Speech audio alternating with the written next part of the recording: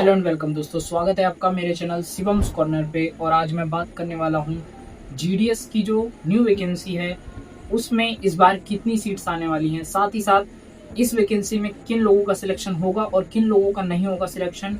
पूरी जानकारी इस वीडियो के माध्यम से मैं आपके साथ शेयर करने वाला हूँ, तो इस वीडियो में मेरे साथ एंड तक बने रहना। और यदि चैनल को सब्सक्राइब नहीं किया तो सब्सक्राइब कर लेना और इस वीडियो को ध्यान से लाइक कर लेना। तो चलिए लेट्स स्टार्ट दिस वीडियो।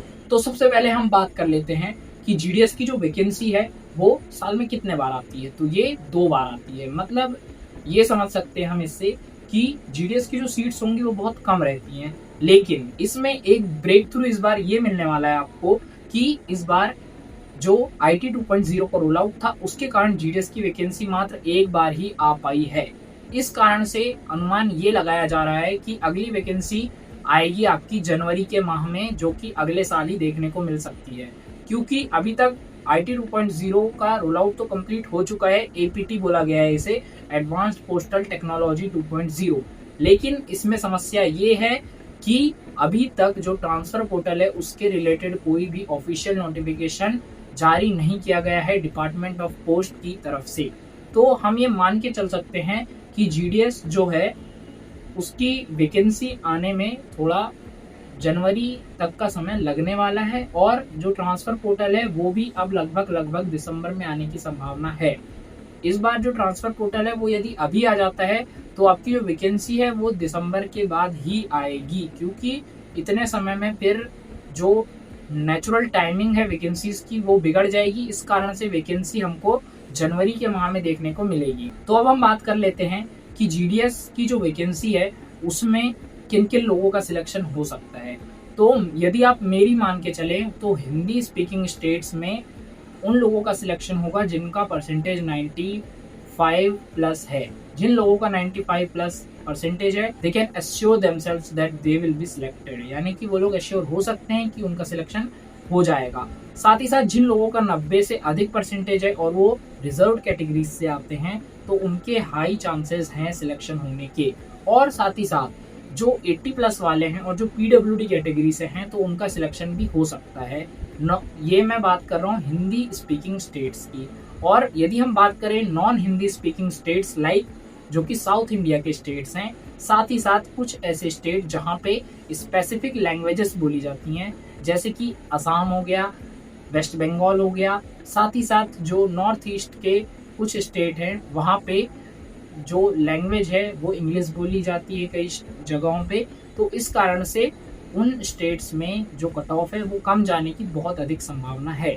और जो गुजरात है वहाँ पे भी कट ऑफ बहुत कम जाता है। तो उसके अकॉर्डिंग गुजरात में तो लगभग उन लोगों का सिलेक्शन होता है जो जेन्युइनली डिजर्व करते हैं, लाइक 83, 85 इनका इजीली सिलेक्शन होता है। लाइक ये जनरल कैटेगरी की बात कर रहा हूँ मैं। और जो नॉन जनरल हैं लाइक रिजर्व वाले कैटेगरी वाले हैं तो 60 प्लस वालों का भी सिलेक्शन होता है। मैंने देखा है 40 प्लस, 40 तो नहीं, 60 प्लस वालों का सिलेक्शन मैंने होते हुए देखा है गुजरात में। तो यदि हम ऐसा मान के चले तो आपका जो सिलेक्शन है वो डिपेंड करता है कि आप हिंदी स्पीकिंग स्टेट से भर रहे हैं या फिर नॉन हिंदी स्पीकिंग स्टेट से।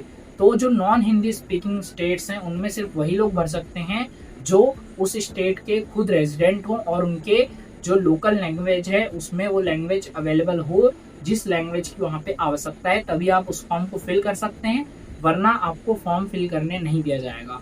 और यदि आप किसी प्रकार से गलत इन्फॉर्मेशन देके फॉर्म भर भी देते हैं तो आप वेरिफिकेशन जो होता है उस टाइम पे अटक जाएंगे, फंस जाएंगे और आपका पूरा पैसा, मेहनत, समय तीनों बर्बाद हो जाएगा। इसलिए ऐसा करने के बारे में बिल्कुल भी ना सोचें। और अब हम बात कर लेते हैं कि इस बार कितनी सीट्स आने की संभावना है जीडीएस की जो वैकेंसी है उसमें। तो इस बार जो सीट्स हैं वो अधिक आने की संभावना है, मतलब लगभग 25,000 से अधिक सीट्स आने की संभावना मुझे लग रही है।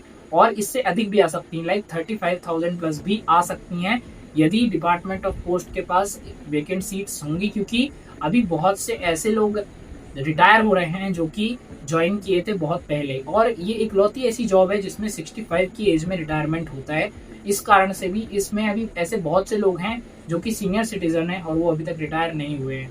जैसे ही वो लोग रिटायर हो जाते हैं तो वैसे ही उनकी पोस्ट वेकेंट हो जाती है और उस पोस्ट पे भर्ती निकल जाती है दोबारा।